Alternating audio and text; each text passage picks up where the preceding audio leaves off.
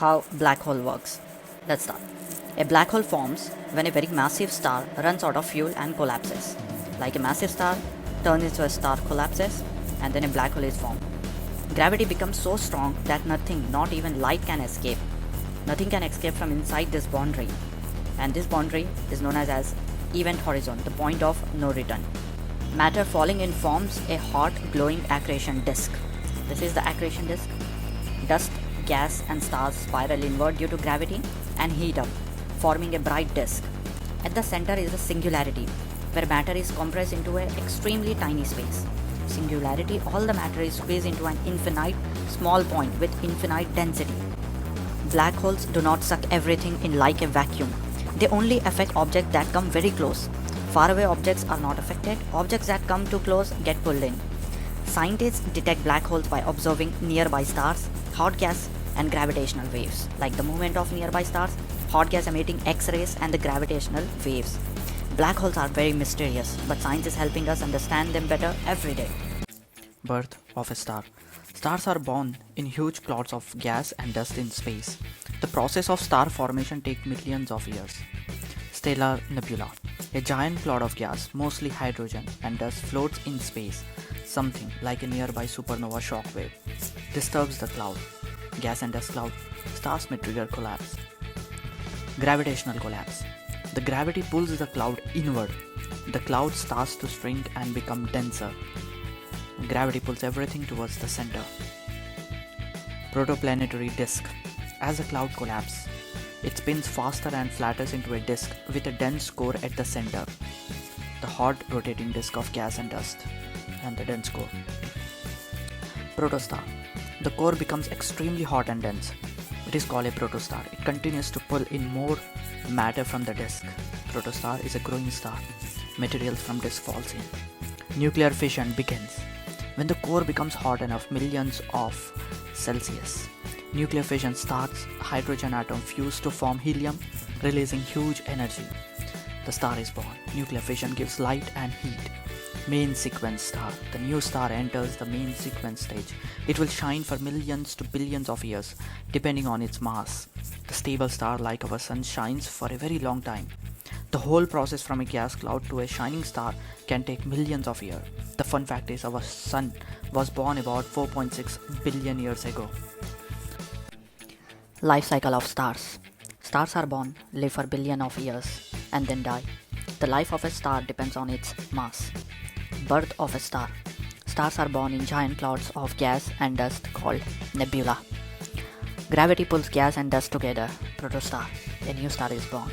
After a star is born, a star spends most of its life in the main sequence stage, when it produces energy by nuclear fusion. Main sequence star example is our sun. After billions of years, the star will die.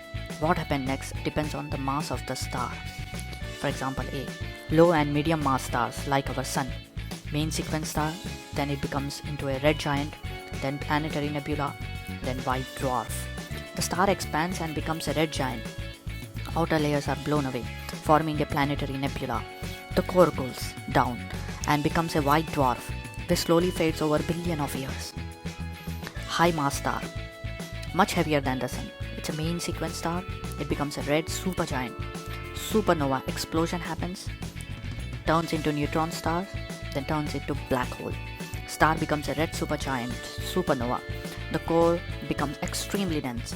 If the core is very dense, it's a black hole. If the core is less dense, it's a neutron star.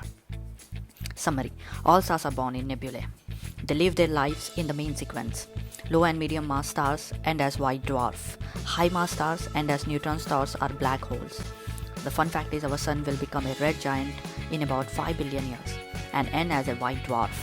The life of a star may end, but its matters become part of the universe and can create new stars, planets, and even life.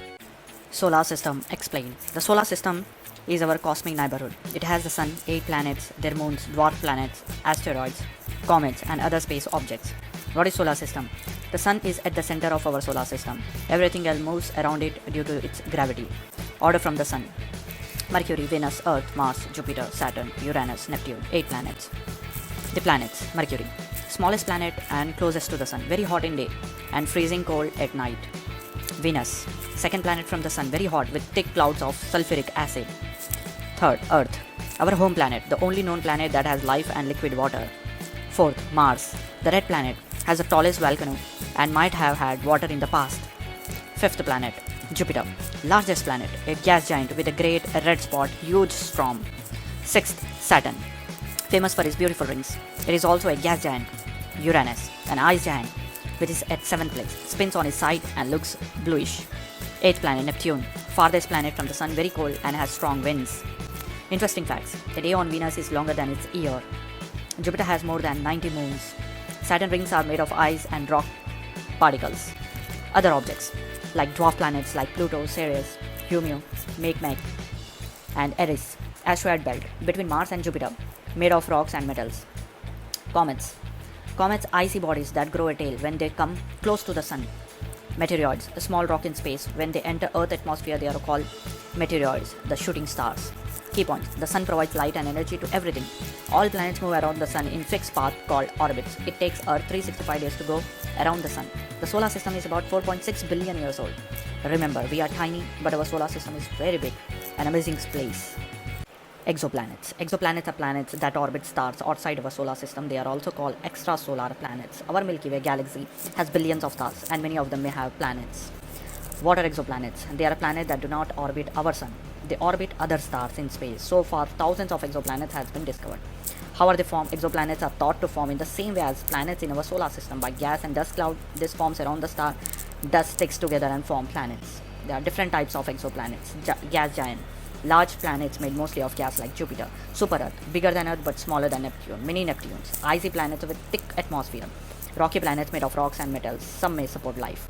How are exoplanets detected? They are too far and faint to see directly, so scientists have clever methods to find them.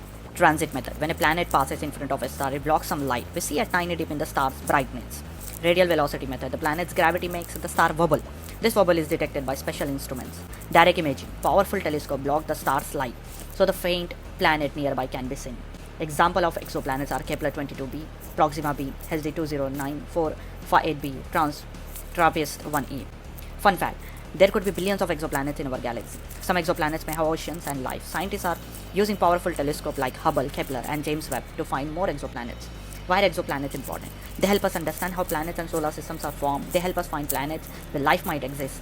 They show us that our solar system is not unique. Takeaway, exoplanets are real, exciting, and bring us one step closer to answering the biggest question. Are we alone in the universe? The universe is full of wonders. Keep looking up. For more such videos, subscribe to the channel.